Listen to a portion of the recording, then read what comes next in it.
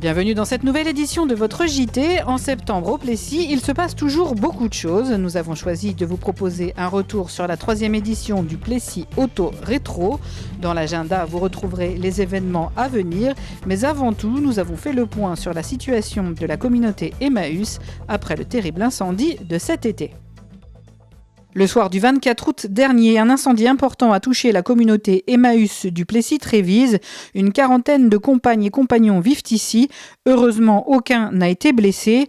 Plus de 100 pompiers ont lutté une grande partie de la nuit pour sauver ce qui pouvait l'être et préserver au mieux la Villa Sans-Gêne, érigée sous Napoléon. Et la Villa Sans-Gêne, c'est quelque chose d'historique puisqu'elle est très identifiée au sein du mouvement Emmaüs.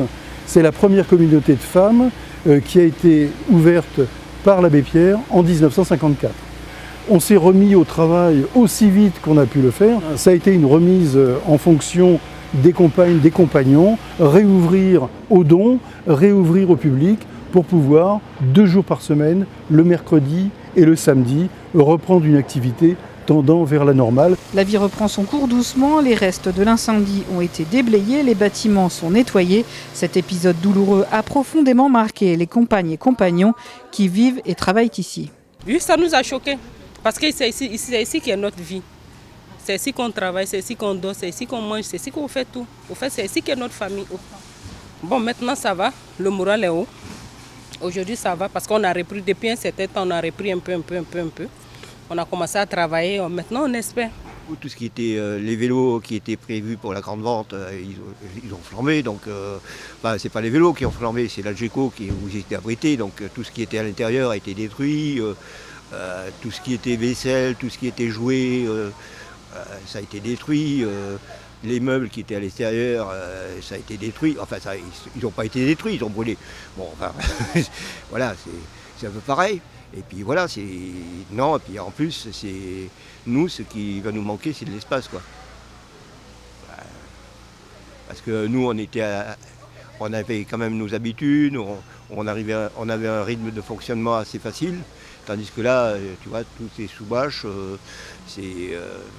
voilà. Et puis comme je te dis, maintenant, on va arriver dans une période où il va commencer à flotter, donc. La ville, le département, le territoire, la Fondation Abbé Pierre ont fait des dons matériels et financiers pour installer des structures provisoires, réaliser les travaux nécessaires, acheter du matériel ou créer de nouveaux ateliers. Mais dans les mois à venir, un nouveau projet d'aménagement prévu depuis quelques années va voir le jour.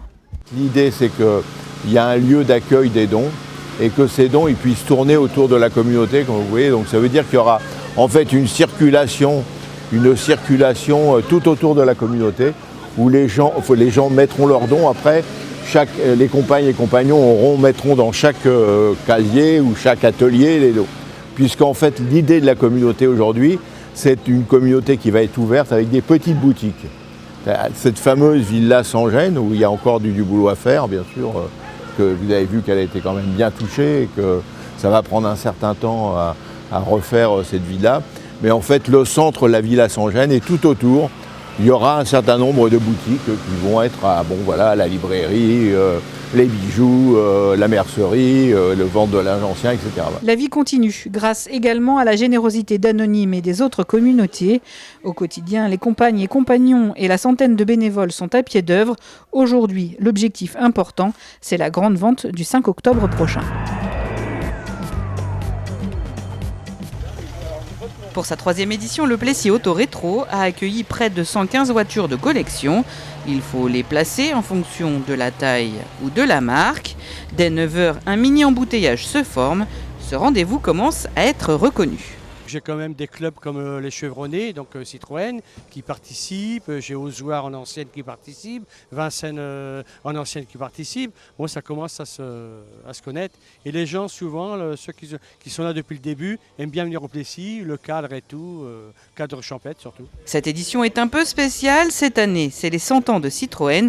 Une quinzaine de voitures participent. Yvon est venu avec sa traction 11B de 1954 qu'il a restaurée lui-même. Selon lui, rien de compliqué. Non, pas du tout, parce qu'on trouve des pièces partout.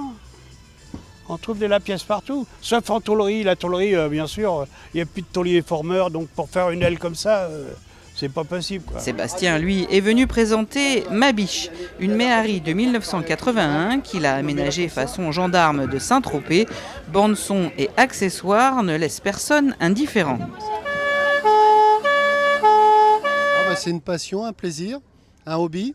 Et puis voir tous les sourires qu'on croise sur la route, ça n'a pas de prix, quoi. Donner du bonheur gratuitement, voilà. Guillaume lui présente sa GS 1978 Break version club, la voiture de son enfance, souvent boudée mais qu'il a retapée avec bonheur. C'est la dernière vraie Citroën, c'est-à-dire c'est la dernière Citroën qui est sortie avant 75, donc elle est sortie en 71. Donc avant 75, avant que Peugeot prenne le giron de Citroën. Les visiteurs sont nombreux, les voitures de collection passionnent dès le plus jeune âge. Corvette, Mustang, Chevrolet ou Renault, il y en a pour tous les goûts. On pouvait même voir ce que ces dames cachaient sous leur capot. Moi, je connais pas grand-chose, mais c'est vrai que toutes ces anciennes, sa façon dont elles étaient conçues, les couleurs, les formes, c'est plutôt sympa. C'est mon fils Paul c'est un grand fan des voitures, donc de tout type de voitures. Et là, donc ça fait une semaine qu'il me parle des voitures anciennes. Donc voilà, c'était la journée où il fallait être. J'en ai jamais vu des comme ça. C'est parce qu'elle a des beaux phares et en plus, elle est trop belle. C'est une belle expo. C'est vraiment très très agréable. Parmi les exposants, Régine fait sensation. Lookée années 50, elle roule en Chevrolet Bel Air. Elle aime ses couleurs, sa boîte auto et son moteur V8 qui fait un petit bruit sympa. Rare femme dans les meetings, elle a su s'intégrer sans problème.